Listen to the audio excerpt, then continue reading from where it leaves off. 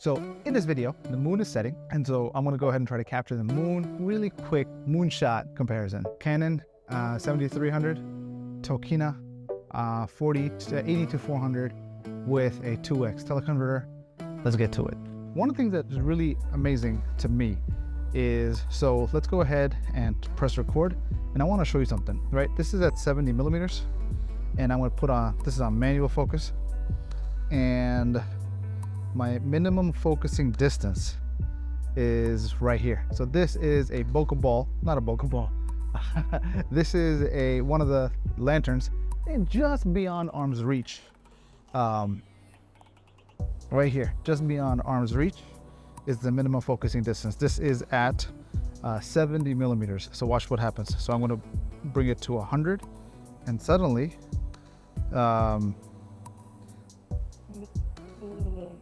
look at that.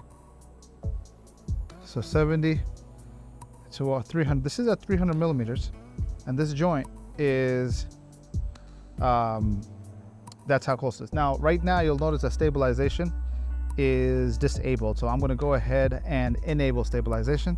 So in order to do that, what I need to do when dealing with any kind of Sony lens, so cut recording or Sony bodies, adapting Canon lenses, while the body is on, you disconnect the lens and you connect it back on, and then you turn on stabilization, and boom, there we go. Stabilization is on. Boom, there you go. So that's at 300 millimeters. That's how far that is.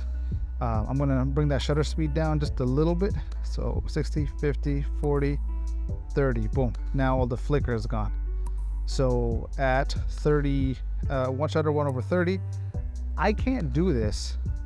I wouldn't be able to get this kind of, or this quality image at this focal length, at this slower shutter speed. This right here, I think, is where the value's at. The image stabilization is absolutely brilliant. And this is all first impressions. And so only earlier today, I was shooting my kid, just kind of doing a sneaky shot, spy shot, while he was watching TV. And this is the image that I get. So check this out. Now I'm gonna go ahead and point this bad boy straight to the moon at 300 millimeters. And here we are. And so that moon is actually really, really bright. So let me actually bring that shutter speed up to like 1/200 maybe, 1/300, 1/400. Yeah, that seems about right. And according to focus peaking, I am in focus. And that's what this looks like. ISO 6400. Let me bring that ISO down. Right now, this is ISO 1600. This is actually significantly less bright compared to what I see right now. So hold on, let me actually set the white balance to, yeah, there we go. That's what this is what the moon looks like with relation to color. I actually had to set it to daylight, considering it is the sunlight that's hitting it. But yeah, this is actually similar, closer to what I'm seeing right now. So this is at 300 millimeters, hand holding with IS turned on.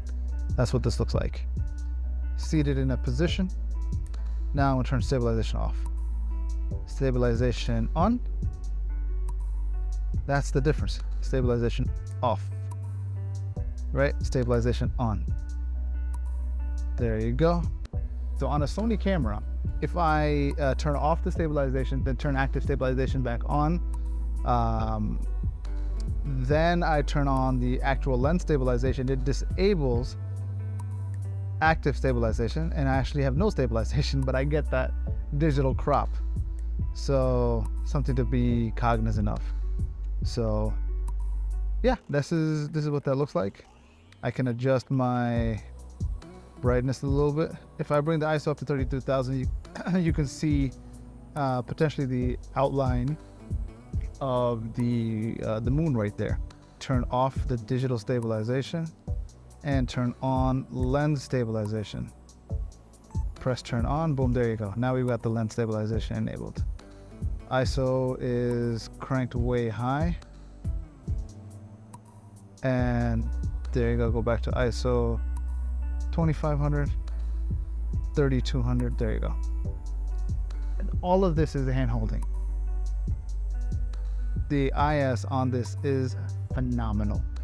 Now let's compare this to what it would look like on without having a speed booster. How much closer can I get to the moon if I just keep it native, right? Or without any kind of optical element. There you go, nice and clean. You can even see the shadow of the moon right there. I don't know if you noticed it, right? So I'm in S-Log 2, 2500 looks like this, 2000 looks clean, but then 1600's got some noisiness, which is weird. So I'm wondering if ISO 2000, I'm only seeing this on the screen, so I don't know if this is a Sony specific thing or not. I lost it. There you go. Yeah, and here's the thing, this is totally dope. I'm very impressed with. I'm hand holding this, right? Let's say even if I were to stand up, right? Even if I were to stand up, zoom out, zoom back in, and there you go. I have a handheld shot of the moon, clear as night. What we're gonna do is we're gonna swap into the Tokina 80 to 400 millimeter lens. All right, this is 80 to 400. So this is where we start, and then punching it to 400 millimeters and ISO 3200. And there you go. One thing that I'm also realizing right now is the zoom ring on the Canon is significantly more smooth. So whereas on here it's very what I want to say, loosey goosey. So but yeah, here's the moon, 80 to 400 millimeters, all the way at 400 millimeters. Trying to get it as sharp. Now, one thing I feel as though on this small screen, I'm getting the impression that this lens is not as sharp. You tell me. And I'll probably see it in the edit later anyway. But here, this lens is not seeming as sharp as the Canon, just because I'm not able to see as many of the details of the moon as I can, regardless of how close or far I get in on the moon. And my hands are getting tired. So if I were to get a tripod type view, pull back out, right, get both my elbows on my legs, and focus back up again.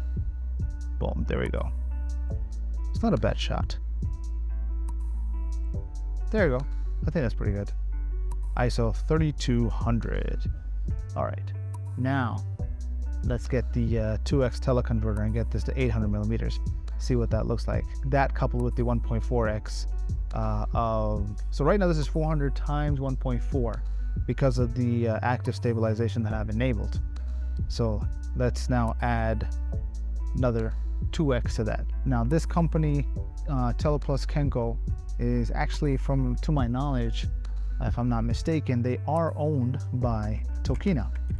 And so what I'm using is a Tokina teleconverter with a Tokina lens.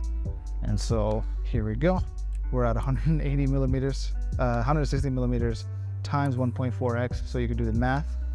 And I doubled my ISO to 6400 from 3200 because with a 2x teleconverter, you are losing a stop of light. And so now from here, with both my elbows resting on my thighs, I am slowly creeping up as far as I can to 400 millimeters. Now, this is not a parfocal lens, meaning as I zoom, the focus changes. So I'm gonna, as I get here, I'm gonna adjust my setup. Now, even with my additional active stabilization turned on, my image is shaking like a crack addict. So here's what I'm gonna do. I'm gonna try to stabilize this on my thigh. Right, so the question is, can I get a view of the moon from this? So there you go, resting on my thigh. Let's zoom in again.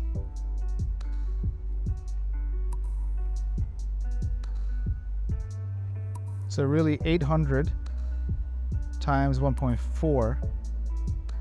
So 1.4 would be 162, 320 plus 800, right? So 320 plus 800 becomes 8, 9, 10, 1120. So 1,120 millimeters, if my math is right. This is what we're looking at, effectively. So here's what I want to do. I am going to zoom back out. So this is clearly a shot that needs a tripod. There we go, guys. So this is crescent moon, quarter moon at f8 using a Tokina 80 to 400 millimeters with a 2x teleconverter and the 1.4x crop. I guess between this guy right here, which is the 70 to 300 versus the 80 to 400, which one would be more appropriate? Obviously this setup. This is essentially my telescope. If you want to check it out, this is what this looks like. Let's go ahead and focus that up. Yeah, here we go. This is it. This is my little pocket light that I'm using to bounce off the wall. But here we go. This is the Sony ZV-E10 recording. The moon is basically almost all gone. This is the entire telescope, and I'm calling it a telescope. This is the 80 to 400 millimeter Tokina with the 2x teleconverter. That's what that looks like. And the image, hope you enjoyed this little trip to the moon and back, comparing this little bad boy right here, the Canon 7300. The IS on this is phenomenal, but when it comes to stabilization and capturing celestial objects like the moon, nothing beats a tripod, even if it's a danky little desk tripod like this one that's fully extended, but beyond what would be safe. But obviously nothing beats this. But if you don't got this, then having image stabilization on something such as this would be indeed fantastic. So one thing I've come to learn and appreciate, if you want to do good moonshots, then having at minimum a lens that would capture 400 millimeters or more is essential. So if you're looking to do any kind of lunography, is it called lunography? I think it'd be pretty funny if let me turn this autofocus on. There you go. Is it autofocusing? I'll be surprised if it is. It's using a Metabones adapter. But anyway, if you want to do any good captures of the moon, you want to have a minimum 400 millimeters with a teleconverter attached. So yeah, that's really it, guys. Hope you guys enjoyed this, watching that moon set. I'll leave you with the moon set, one for just a little bit while longer, from the top of the frame to the bottom. If you guys enjoyed this, make sure you like it, share it with others, and I'll see you soon.